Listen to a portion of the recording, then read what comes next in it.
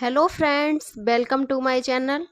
आज की जो आपकी क्लास जो आपकी रेगुलर चल रही है यूपीएसआई की, Uttar Pradesh sub inspector police की जो आपकी क्लासें चल रही हैं, जिसमें आपकी मूल विधि, तो आपकी मूल विधि की 3 क्लासें हो गई। तो आप हमारे चैनल को सब्सक्राइब कर लें, वहाँ से हमारे चैनल पर जो इससे पहले की 3 क्लास हैं वो उपलब्ध है, वहाँ से आप पढ़ सकते हैं। पहला पॉइंट है आपका 6 सितंबर 2018 को सर्वोच्च न्यायालय की 5 सदस्यीय संवैधानिक पीठ ने नवतेज सिंह जौहर एवं अन्य बनाम भारत संघवाद के साथ विभिन्न याचिकाओं पर सुनवाई करते हुए एक मत से आईपीसी की धारा 377 को आंशिक रूप से असंवैधानिक घोषित किया। निर्णय के अनुसार आईपीसी की धारा 377 भारतीय संविधान के अनुच्छेद 14 और 21 का उल्लंघन करती है तथा धारा 377 अतार्किक, असमर्थनीय और स्पष्ट रूप से मनमाना है। अगला पॉइंट है आपका इसी में, अगला है आपका न्यायालय के अनुसार धारा 377 के तहत जानवरों के साथ किसी भी प्रकार की यौन गतिविधि दंडनीय अपराध है। आईपीसी की धारा 377 अप्राकृतिक यौन अपराधों से संबंधित है, जो किसी महिला, पुरुष या जानवरों के साथ अप्राकृतिक रूप से यौनाचार करने वाले को आजीवन कारावास या 10 वर्ष तक की कारावास की सजा और जुर्माने का प्रावधान करती है। उच्चतम न्यायालय ने स्टेट ऑफ तमिलनाडु बनाम नलिनी के बाद में यह अब निर्धारित किया कि पत्नी अपने पति को संरक्षण देने पर दोषारोपित नहीं की जा सकती। अगला पॉइंट है आपका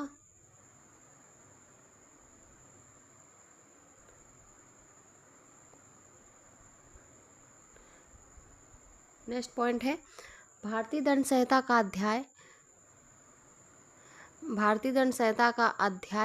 16 संपत्ति के विरुद्ध अपराधों के विषय में है। भारतीय दंड संहिता का अध्याय 17 संपत्ति के विरुद्ध अपराधों के विषय में है। भारतीय न्याय संहिता 2023 का अध्याय 17 संपत्ति के विरुद्ध अपराधों के विषय में है। दोनों संहिता में इस अध्याय की संख्या समान है। अगला पॉइंट है भारतीय दंड संहिता की धारा 378 के अनुसार चोरी के निम्नलिखित आवश्यक तत्व हैं। पहला है आपका कोई चल संपत्ति हो, यदि किसी के कब्जे में हो, उसके कब्जे से बिना उसकी सहमति है। अगला है बेईमानी से लेने के लिए एवं ऐसे लेने हेतु हटाई जाए। भारतीय न्याय संहिता 2023 की धारा 303 में चोरी के बारे में उपबंध है, जो भारतीय दंड संहिता की धारा 378 के समान है। अगला पॉइंट है भारतीय दंड संहिता की धारा 379 में चोरी के लिए दंड का प्रावधान है।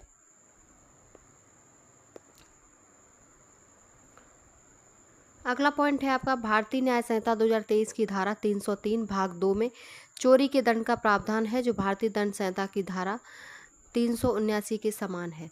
अगला पॉइंट है भारतीय धारा 379 के अनुसार चोरी के अपराध के लिए 3 वर्ष तक के कारावास या जुर्माने से या दोनों से दंडित किया जाएगा।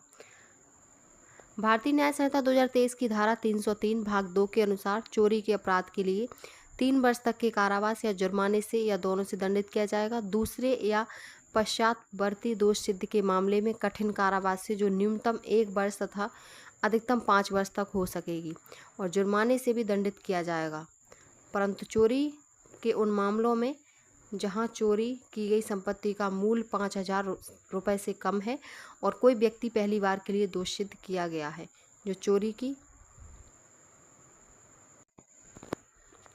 चोरी की संपत्ति वापस करने पर या उसके बराबर मूल्य दे देने पर उसे सामुदायिक सेवा से दंडित किया जाएगा। अगला पॉइंट है भारतीय दंड संहिता की धारा 383 में उद्यापन परिभाषित है। भारतीय न्याय संहिता 2023 की धारा 380 भाग 1 में उद्यापन परिभाषित है, जो भारतीय दंड संहिता की धारा 383 के समान है। अगला पॉइंट है भारतीय दंड संहिता की धारा 387 का संबंध उद्यापन करने के लिए किसी व्यक्ति को मृत्यु या घोर उपहत के भय में डालना है। अगला पॉइंट है इसी में नेक्स्ट पॉइंट है भारतीय न्याय संहिता 2023 की धारा 308 भाग 4 का संबंध उद्यापन करने के लिए किसी व्यक्ति को मृत्यु या घोर उपहत के भय में डालना है। यह धारा भारतीय दंड संहिता की धारा 387 के समान है। अगला पॉइंट है भारतीय दंड संहिता की धारा 390 में लूट परिभाषित है। इसके अनुसार सब प्रकार की लूट में या तो चोरी या उद्यापन होता है। इसमें भारतीय न्याय संहिता 2023 की धारा 309 भाग 1 में लूट परिभाषित है। इसके अनुसार सब प्रकार की लूट में या तो चोरी या उद्धापन होता है। यह धारा भारतीय दंड संहिता की धारा 390 के समान है। अगला पॉइंट है आपका, लूट का अपराध अकेले एक व्यक्ति भी कर सकता है। अगला पॉइंट है, भारतीय दंड संहिता की धारा 391 में डकैती को परिभाषित किया गया है। धारा 310 भाग 1 में डकैती को परिभाषित किया गया, जो भारतीय दंड संहिता की धारा 391 के समान है। डकैती का अपराध गठित करने के लिए कम से कम 5 या 5 से अधिक व्यक्ति होने चाहिए।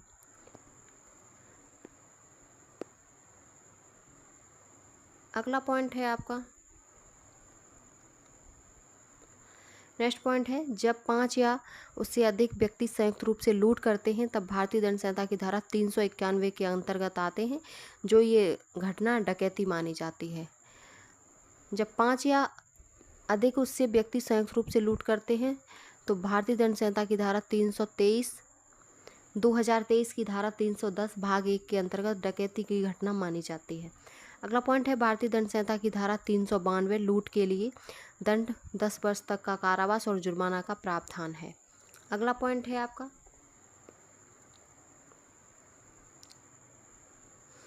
नेक्स्ट पॉइंट है, भारतीय दंड संहिता 2023 की धारा 309 भाग 4 लूट के लिए दंड 10 वर्ष तक का कारावास और जुर्माना का प्रावधान करती है। यह धारा भारतीय दंड संहिता की धारा 392 के समान है। अगला पॉइंट है, डकैती एक ऐसा अपराध है जिसे चारों चरणों में दंडनीय माना गया है। ये आपका क्वेश्चन 2023 में 23 नवंबर 2021 में आपका फर्स्ट शिफ्ट में आया हुआ है। अगला पॉइंट है, यदि लूट सूर्यास्त और सूर्योदय के बीच राजमार्ग पर की जाती है तो भारतीय दंड संहिता की धारा 392 के तहत लूट की सजा 14 वर्षों के लिए कठोर कारावास है। यह आपका क्वेश्चन 17 नवंबर 2021 को थर्ड शिफ्ट में पूछा हुआ है। अगला क्वेश्चन है आपका, यदि लूट सूर्यास्त और सूर्योदय के बीच राजमार्ग पर की जाती है तो भारतीय न्याय संहिता 2023 की धारा 309 भाग 4 के तहत लूट की सजा 14 वर्ष के लिए कठोर कारावास है। यह धारा भारतीय दंड संहिता की धारा 292 के समान है। भारतीय दंड संहिता की धारा 393 के अंतर्गत लूट कारित करने का प्रयत्न दंडनीय है। अगला पॉइंट है आपका, भारतीय न्याय संहिता 2023 की धारा 305 भाग 5 के अंतर्गत लूट कारित करने का प्रयत्न दंडनीय है, जो भारतीय दंड संहिता की धारा 393 के समान है। अगला पॉइंट है, भारतीय दंड संहिता की धारा 395 डकैती के लिए जो दंड है ना, वो आजीवन कारावास या 10 वर्ष तक का कठिन कारावास और जुर्माना का भी प्रावधान करती है। इसमें अगला पॉइंट है, भारतीय न्याय संहिता 2023 की धारा 310 भाग 2 डकैती के लिए दंड आजीवन कारावास या 10 वर्ष तक का कठिन कारावास और जुर्माना का प्रावधान करती है। यह धारा भारतीय दंड संहिता की धारा 395 के समान है। अगला पॉइंट है आपका, नेक्स्ट पॉइंट है, भारतीय दंड संहिता की धारा 396 हत्या सहित डकैती से संबंधित है। 395 डकैती के लिए और 396 हत्या सहित डकैती से संबंधित है। इसमें धारा 310 के भाग 3 हत्या तथा हत्या सहित डकैती से संबंधित है, जो भारतीय दंड संहिता की धारा 396 के समान है। अगला पॉइंट है, हत्या सहित डकैती के अपराध में मृत्युदंड या आजीवन कारावास या 10 वर्ष तक कारावास या जुर्माना से दंडित किया जाएगा।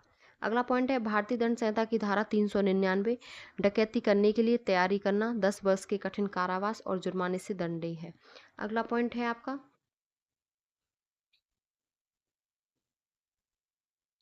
नेक्स्ट पॉइंट है, भारतीय न्याय संहिता 2023 की धारा 310 भाग 4 डकैती करने के लिए तैयारी करना 10 वर्ष के कठिन कारावास और जुर्माने से दंडनीय है। यह धारा भारतीय दंड संहिता की धारा 399 के समान है। भारतीय दंड संहिता की धारा 403 संपत्ति का बेईमानी से दुर्विनियोग से संबंधित है। इसमें है पॉइंट अगला, धारा 314 संपत्ति का बेईमानी से दुर्विनियोग से संबंधित है, जो भारतीय दंड संहिता की धारा 403 के समान है। अगला पॉइंट है आपका, नेक्स्ट पॉइंट है, भारतीय दंड संहिता की धारा 405 आपराधिक न्याय भंग से संबंधित है। इसमें अगला पॉइंट है, भारतीय न्याय संहिता 2023 की धारा 310 भाग 1 आपराधिक न्याय भंग से संबंधित है जो भारतीय दंड संहिता की धारा 405 के समान है। अगला पॉइंट है, धारा 405 से 409 आपराधिक न्याय विश्वास भंग विषय से संबंधित है। ये आपका 2023 के अनुसार धारा 316 भाग 1 और 316 भाग 5 आपराधिक न्याय विश्वास भंग विषय से संबंधित है जो भारतीय दंड संहिता की धारा 405 से 409 के समान है। अगला पॉइंट है आपका, नेक्स्ट पॉइंट है, भारतीय दंड संहिता की धारा 406 आपराधिक न्यास भंग के लिए दंड का प्रावधान करता है जिसे 3 वर्ष तक कारावास या जुर्माना या दोनों है। अगला पॉइंट है, भारतीय न्याय संहिता 2023 की धारा 316 भाग 2 आपराधिक न्यास भंग के लिए दंड का प्रावधान करती है जिसमें 5 वर्ष तक कारावास या जुर्माना या दोनों है। यह धारा भारतीय दंड संहिता की धारा 406 के स्थान पर परिवर्तन के साथ है। अगला पॉइंट है, भारतीय दंड संहिता की धारा 415 से 420 धोखाधड़ी या छल से संबंधित है।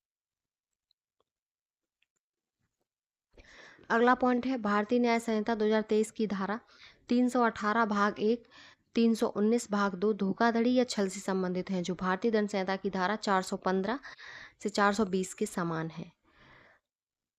अगला पॉइंट है, धारा 415 छल को परिभाषित करती है और 2023 के अनुसार ये धारा 318 भाग 1 छल को परिभाषित करती है जो भारतीय दंड संहिता की धारा 415 के समान है। अगला पॉइंट है आपका, नेक्स्ट पॉइंट है, भारतीय दंड संहिता की धारा 417 छल के लिए दंड 1 वर्ष का कारावास या जुर्माना या दोनों का प्रावधान करती है और 2023 की धारा के अनुसार 2023 के अनुसार धारा 318 भाग 2 छल के लिए दंड जिसमें 3 वर्ष तक का कारावास या जुर्माना या दोनों है उसका प्रावधान करती है। यह धारा भारतीय दंड संहिता की धारा 417 के समान है। अगला पॉइंट है, भारतीय दंड संहिता की धारा 425 रिष्ट को परिभाषित करती है। अगला पॉइंट है आपका, अगला पॉइंट है, भारतीय न्याय संहिता 2023 की धारा 324 भाग 1 रिष्ट को परिभाषित करती है जो भारतीय दंड संहिता की धारा 425 के समान है। अगला पॉइंट है, भारतीय दंड संहिता की धारा 441 आपराधिक अत्याचार से संबंधित है। इसमें अगला पॉइंट है, भारतीय न्याय संहिता 2023 की धारा 329 भाग 1 आपराधिक अत्याचार से संबंधित है जो भारतीय दंड संहिता की धारा 441 के समान है।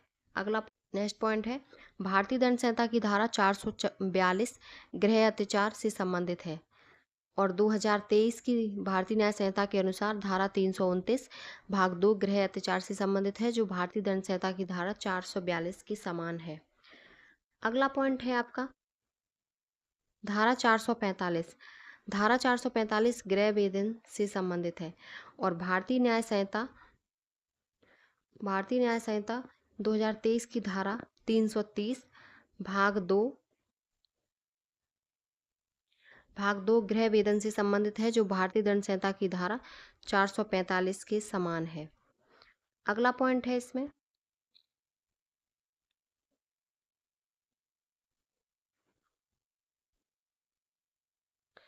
नेक्स्ट पॉइंट है, रामू सोहन के घर से खिड़की से घुसता है। रामू ने भारतीय दंड संहिता की धारा 445 के तहत सेंधमारी गृह वेदन का अपराध किया है। यह आपका 2011 में पूछा हुआ प्रश्न है।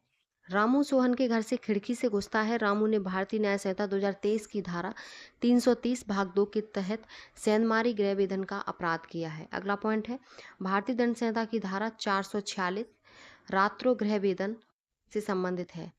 रात्र में किसी के घर में सेंधमारी करना या गृह वेदन करना से संबंधित है।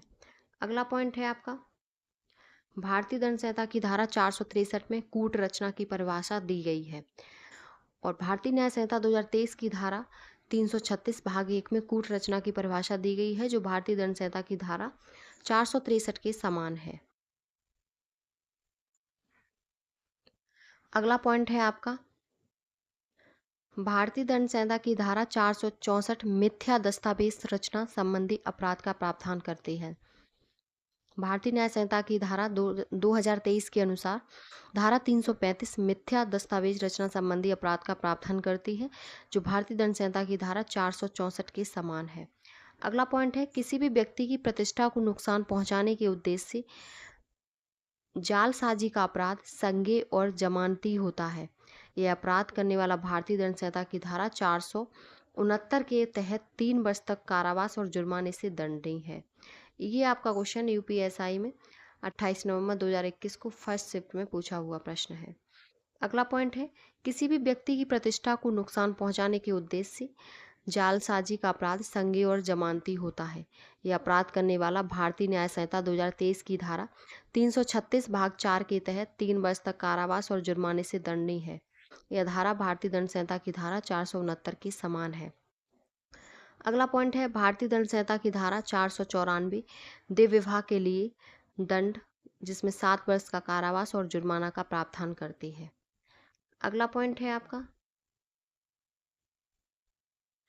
नेक्स्ट पॉइंट है, भारतीय न्याय संहिता 2023 की धारा 82 भाग 1 देह विवाह के लिए दंड 7 वर्ष तक का कारावास और जुर्माना का प्रावधान करती है, जो भारतीय दंड संहिता की धारा 494 के समान है। अगला पॉइंट है, धारा 494 सभी हिंदुओं, ईसाइयों तथा पारसियों पर समान रूप से लागू होती है, चाहे वे पुरुष हों या स्त्री, किंतु मुसलमानों में केवल मुस्लिम स्त्रियों पर लागू होती है, मुस्लिम पुरुषों पर नहीं लागू होती। अगला पॉइंट है आपका, नेक्स्ट पॉइंट है, भारतीय न्याय संहिता 2023 की धारा 82 भाग 1 सभी हिंदुओं, ईसाइयों तथा पारसियों पर समान रूप से लागू होती है, चाहे वे पुरुष हों या स्त्री हों, किंतु मुसलमानों में केवल मुस्लिम स्त्रियों पर होती है, पुरुष पर नहीं होती, और ये भारतीय दंड संहिता की धारा 494 के समान है। अगला पॉइंट है, भारतीय दंड संहिता की धारा 497 जार कर्म को परिभाषित करती है। भारतीय दंड संहिता की धारा 497 जार कर्म को अर्थात भारतीय न्याय संहिता 2023 में स्थान नहीं दिया गया, अर्थात हटा दिया गया है। अगला पॉइंट है आपका,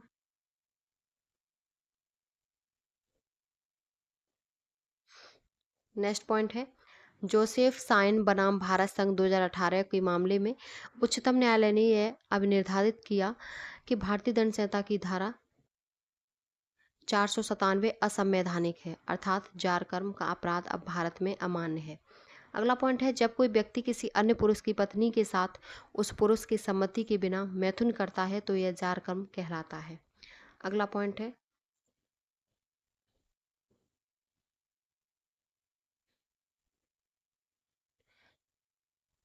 है, भारतीय दंड संहिता की धारा 498 ए में किसी स्त्री के पति या पति के नातेदार द्वारा क्रूरता के विषय में प्रावधान किया गया है, और भारतीय न्याय संहिता 2023 की धारा 86 में किसी महिला के पति या पति के नातेदार द्वारा क्रूरता के विषय में प्रावधान किया गया, जो भारतीय दंड संहिता की धारा 498 ए के स्पष्टीकरण के समान है। अगला पॉइंट है, भारतीय न्याय दंड संहिता की धारा 498 ए दहेज मृत्यु के मामले में रोकने के लिए अधिनियमित किया गया है। अगला पॉइंट है, भारतीय न्याय संहिता 2023 की धारा 86 दहेज मृत्यु के मामले रोकने के लिए अधिनियमित की गई है, जो भारतीय दंड संहिता की धारा 498 ए के स्पष्टीकरण के समान है। अगला पॉइंट है, इसी में पति या पति के रिश्तेदारों द्वारा क्रूरता भारतीय दंड संहिता की धारा 498 ए के तहत दंडनीय अपराध है। यह अपराध करने वाला 3 वर्ष तक कारावास और जुर्माने से दंडनीय है। यह आपका प्रश्न 2021 में थर्ड शिफ्ट में 28 नवंबर को पूछा हुआ है। अगला प्रश्न है, पति या पति के रिश्तेदारों द्वारा क्रूरता भारतीय न्याय संहिता 2023 की धारा 85 के तहत दंडनीय अपराध है। यह अपराध करने वाला 3 वर्ष तक कारावास और जुर्माने से दंडनीय है, जो भारतीय दंड संहिता की धारा 498 ए के समान है। अगला पॉइंट है, धारा 499 मान हानि से संबंधित है। इसमें भारतीय न्याय संहिता 2023 की धारा 356 भाग 1 मान हानि से संबंधित है, जो भारतीय दंड संहिता की धारा 499 के समान है। अगला पॉइंट है आपका,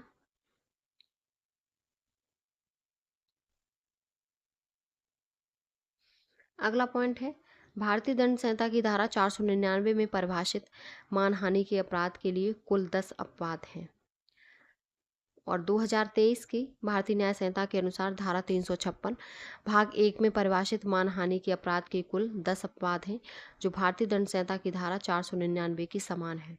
अगला पॉइंट है मानहानि के दंड धारा 500, जिसमें 2 वर्ष तक का कारावास और जुर्माना दोनों दिए गए हैं।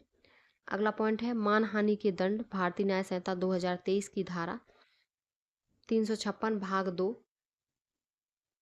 356 भाग 2, इसमें 2 वर्ष तक का कारावास या जुर्माना या दोनों हैं और यह धारा भारतीय दंड संहिता की धारा 500 के समान है।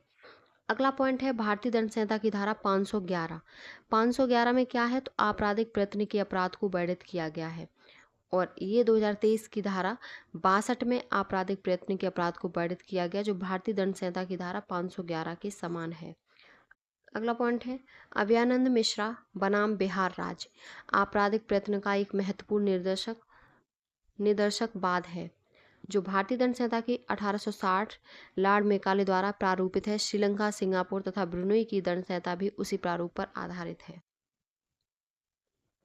अगला जो आपका टॉपिक है वो है दंड प्रक्रिया संहिता 1973 तथा भारतीय नागरिक सुरक्षा संहिता 2023। इसमें आपका पहला पॉइंट है दंड प्रक्रिया संहिता 1973 को राष्ट्रपति द्वारा स्वीकृति 25 जनवरी 1974 को प्राप्त हुई थी। भारतीय नागरिक सुरक्षा संहिता 2023 को राष्ट्रपति द्वारा स्वीकृति 25 दिसंबर 2023 को प्राप्त हुई थी। अगला है दंड प्रक्रिया संहिता 1 अप्रैल 1974 को लागू हुई और भारतीय नागरिक सुरक्षा संहिता 2023 1 जुलाई 2024 से प्रवर्तित हुई और दंड प्रक्रिया संहिता में कुल 37 अध्याय और 484 धाराएं हैं और भारतीय नागरिक सुरक्षा संहिता में कुल 39 अध्याय और 531 धाराएं हैं। अगला पॉइंट है दंड प्रक्रिया संहिता की धारा 2 भाग ए या क जमानती अपराध को परिभाषित करती है और भारतीय नागरिक सुरक्षा संहिता की धारा 2 भाग 1 सी जमानती अपराध को परिभाषित करती है और दंड प्रक्रिया संहिता की धारा 2 सी संज्ञेय अपराध को परिभाषित करती है। अगला है भारतीय नागरिक सुरक्षा संहिता की धारा 2 भाग 1 जी संज्ञेय अपराध को परिभाषित करती है। अगला पॉइंट है आपका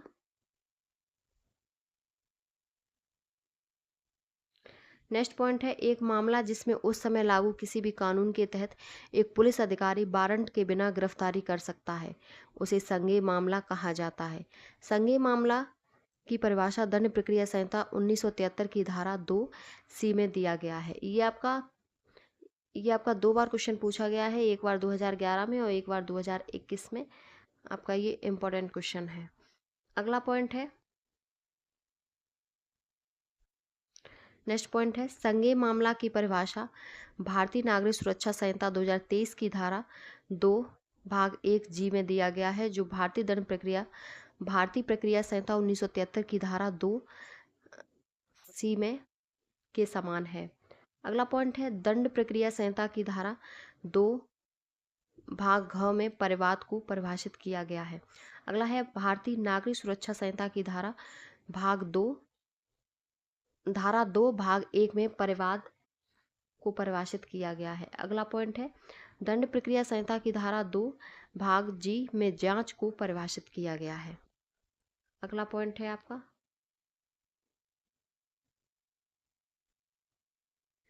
अगला है भारतीय नागरिक सुरक्षा संहिता की धारा 2 भाग 1 क में जांच को परिभाषित किया गया है। अगला है दंड प्रक्रिया संहिता की धारा 2 एच में अन्वेषण को परिभाषित किया गया है। अगला है भारतीय नागरिक सुरक्षा संहिता की धारा 2 भाग 1 ठ में अन्वेषण को परिभाषित किया गया है। अगला पॉइंट है दंड प्रक्रिया संहिता की धारा 2 एच में अन्वेषण को परिभाषित किया गया। इसके अनुसार अन्वेषण की कार्यवाहियां पुलिस अधिकारी द्वारा साक्ष्य एकत्रित करने के लिए किए जाते हैं। ये आपका 2011 में प्रश्न पूछा हुआ है। अगला पॉइंट है आपका भारतीय नागरिक सुरक्षा संहिता की धारा 2 भाग 1 ठ में अन्वेषण को परिभाषित किया गया है, जो दंड प्रक्रिया संहिता की धारा 2 भाग एच के समान है। दंड प्रक्रिया संहिता की धारा 2 भाग 1 में असंज्ञेय अपराध परिभाषित किया गया है। अगला है भारतीय नागरिक सुरक्षा संहिता की धारा 2 भाग 1 ओ में असंज्ञेय अपराध को परिभाषित किया गया है। अगला पॉइंट है दंड प्रक्रिया संहिता की धारा 2 एन में अपराध को परिभाषित किया गया है।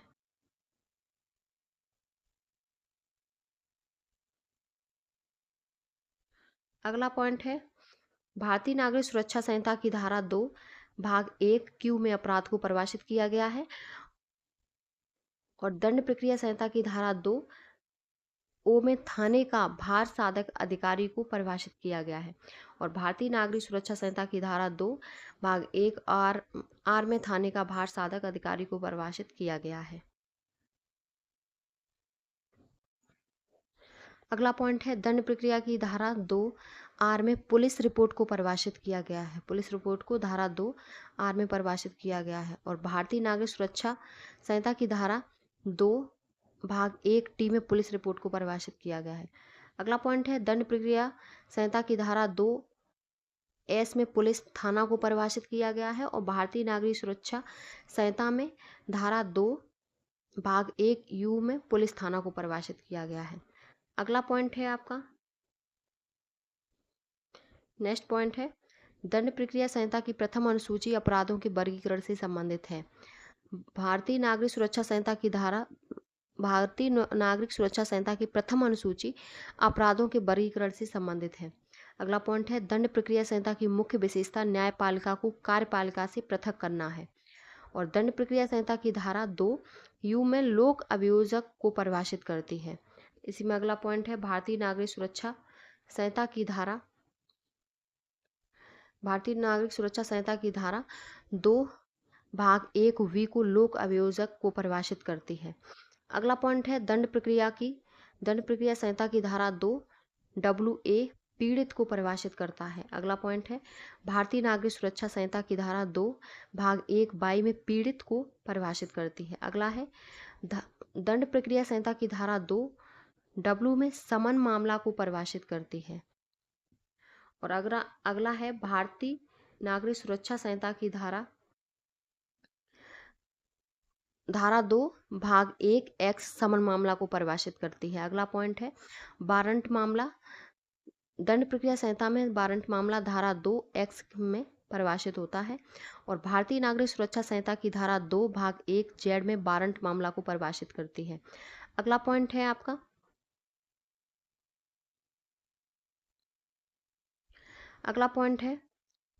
दंड प्रक्रिया संहिता की धारा 2 एक्स के अनुसार वारंट मामला वह होता है जो एक ऐसे अपराध से संबंधित है जिसकी सजा मृत्यु, आजीवन कारावास अथवा 2 वर्षों से अधिक अवधि का कारावास हो सकता है। अगला है भारतीय नागरिक सुरक्षा संहिता की धारा 2 भाग 1 जेड में वारंट मामला को परिभाषित है जो दंड प्रक्रिया संहिता की धारा 2 एक्स के समान है। अगला पॉइंट है दंड प्रक्रिया संहिता की धारा 8 के अनुसार राज्य सरकार किसी क्षेत्र को महानगर क्षेत्र तभी घोषित करेगी जब उसकी आबादी 10 लाख से अधिक होगी, तब वो महानगर घोषित करेगी। अगला पॉइंट है आपका नेक्स्ट पॉइंट है भारतीय नागरिक सुरक्षा संहिता 2023 में महानगर क्षेत्र को समाप्त कर दिया गया। अगला पॉइंट है दंड प्रक्रिया संहिता की धारा 24 की उपधारा 3 के अनुसार प्रत्येक जिले के लिए लोक अभियोजक नियुक्त करने की शक्ति राज्य सरकार को है। अगला पॉइंट है भारतीय नागरिक सुरक्षा संहिता 2023 की धारा 18 की उपधारा 3 के अंतर्गत लोक अभियोजक के संबंध में प्रावधान है जो दंड प्रक्रिया संहिता की धारा 24 की उपधारा 3 के समान है। अगला पॉइंट है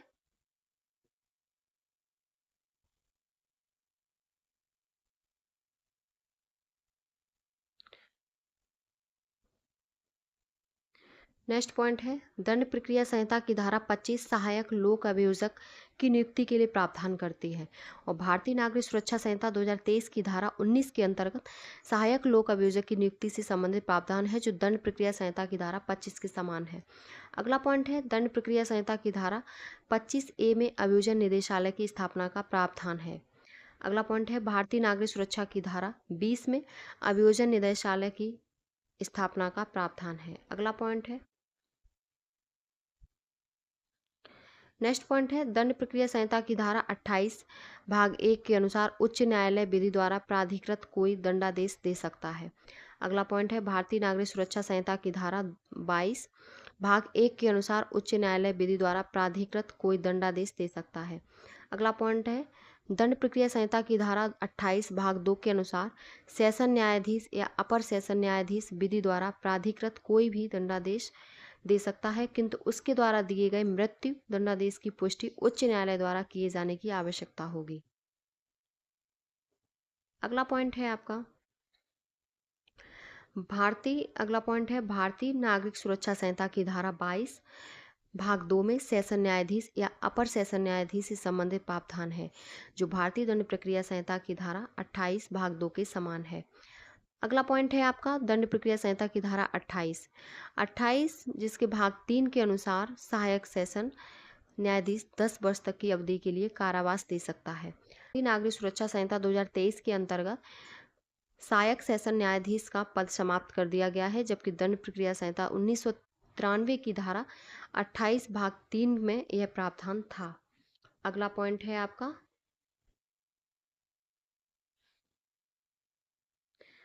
नेक्स्ट पॉइंट है मुख्य न्यायिक मजिस्ट्रेट का न्यायालय अधिकतम 7 वर्ष कारावास की सजा दे सकता है। यह प्रावधान दंड प्रक्रिया संहिता की धारा 29 भाग 1 के अंतर्गत है।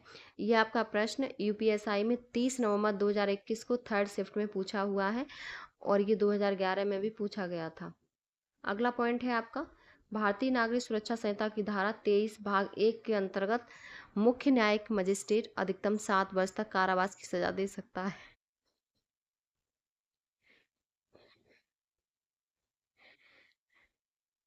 7 वर्ष तक कारावास की सजा दे सकता है, जो दंड प्रक्रिया संहिता की धारा 29(1) के समान है।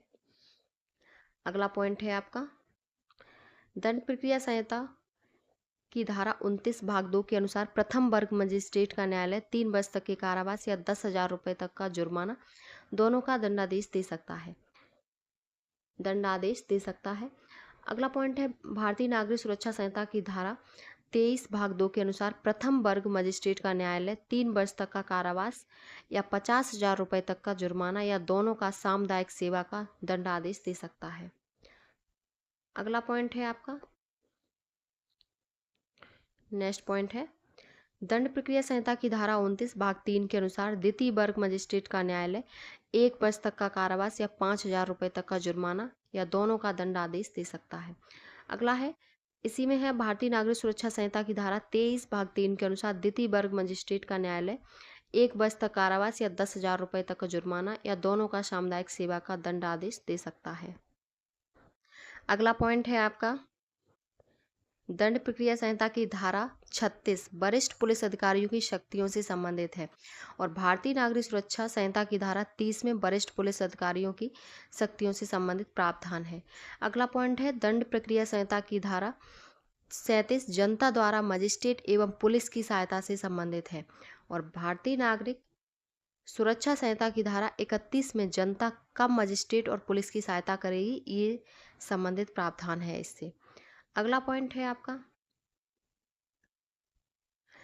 नेक्स्ट पॉइंट है किसी मजिस्ट्रेट या पुलिस अधिकारी द्वारा शांति भंग की रोकथाम में सहायता करने के लिए किसी व्यक्ति से यथोचित रूप से मांग करने पर प्रत्येक व्यक्ति उन्हें सहायता करने के लिए बाध्य है। यह प्रावधान दंड प्रक्रिया संहिता की धारा 37 के तहत है। ये आपका प्रश्न 2 दिसंबर 2021 को थर्ड शिफ्ट में पूछा हुआ है। अगला पॉइंट है आपका भारतीय नागरिक सुरक्षा की धारा 31 का प्रावधान है दंड प्रक्रिया संहिता की धारा 37 के समान। अगला पॉइंट है दंड प्रक्रिया संहिता की धारा 39 कुछ अपराधों की सूचना का जनता द्वारा किए जाने से संबंधित है। अगला पॉइंट है भारतीय नागरिक सुरक्षा संहिता की धारा 33 कुछ अपराधों की सूचना का जनता द्वारा दिए जाने से संबंधित है। नेक्स्ट पॉइंट है दंड प्रक्रिया संहिता की धारा 41 पुलिस अधिकारी द्वारा बिना वारंट की गिरफ्तारी से संबंधित है। अगला पॉइंट है आपका नेक्स्ट पॉइंट है भारतीय नागरिक सुरक्षा संहिता की धारा 35 जो पुलिस अधिकारी द्वारा बिना वारंट की गिरफ्तारी से संबंधित है। अगला पॉइंट है भारतीय प्रक्रिया संहिता की धारा 41C राज्य सरकार द्वारा प्रत्येक जिले में तथा राज्य स्तर पर पुलिस नियंत्रण कक्ष की स्थापना का प्रावधान करती है। इसी में अगला पॉइंट है, भारतीय नागरिक सुरक्षा संहिता की धारा 37 राज्य सरकार द्वारा प्रत्येक जिले में तथा राज्य स्तर पर पुलिस नियंत्रण कक्ष की स्थापना का प्रावधान करती है। अगला पॉइंट है आपका नेक्स्ट पॉइंट है, दंड प्रक्रिया संहिता की धारा 41D गिरफ्तार किए गए व्यक्ति का पूछताछ के दौरान अपनी पसंद के किसी भी अधिवक्ता के मिलने के अधिकार का प्रावधान करती है। अगला पॉइंट है, भारतीय नागरिक सुरक्षा संहिता की धारा 38 गिरफ्तार किए गए व्यक्ति का पूछताछ के दौरान अपनी पसंद के लिए किसी भी अधिवक्ता से मिलने का अधिकार प्रावधान करती है। धारा 38 में आपके अगर आप गिरफ्तार होते हैं और किसी भी वकील या किसी अधिवक्ता से आप मिलना चाहते हैं तो उसका प्रावधान है आपका धारा 38 में। अगला पॉइंट है, दंड प्रक्रिया संहिता की धारा 44 के तहत कार्यकारी न्यायिक दंड अधिकारी के पास किसी व्यक्ति को गिरफ्तार करने की शक्ति होती है। ये आपका प्रश्न 25 नवंबर 2021 को फर्स्ट शिफ्ट में पूछा हुआ है। अगला प्रश्न है आपका, अगला पॉइंट है,